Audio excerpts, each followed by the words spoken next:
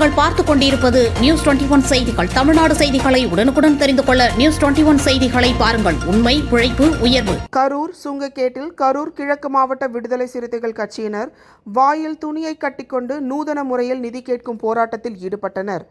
கரூர் மாவட்டம் குளித்தலை சுங்ககேட் ரவுண்டானா அருகே கரூர் கிழக்கு மாவட்ட விடுதலை சிறுத்தைகள் கட்சியினர் மாவட்ட செயலாளர் சக்திவேல் தலைமையில் நூதன முறையில் வாயில் துணியை கட்டிக்கொண்டு நிதி கேட்கும் போராட்டத்தில் ஈடுபட்டனர்.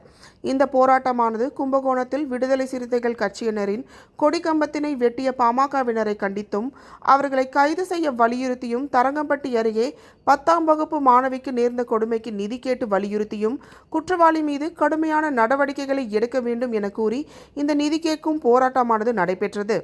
பாமகவினரை கண்டித்தும் அவர்களை கைது செய்ய வலியுறுத்தியும் கண்டன கோஷங்களையும் முழக்கமிட்டனர். இதில் கரூர் கிழக்கு மாவட்டத்தை சேர்ந்த விடுதலை சிறுத்தை கட்சி நிர்வாகிகள் மற்றும் தொண்டர்கள் பலரும் கலந்து கொண்டனர்.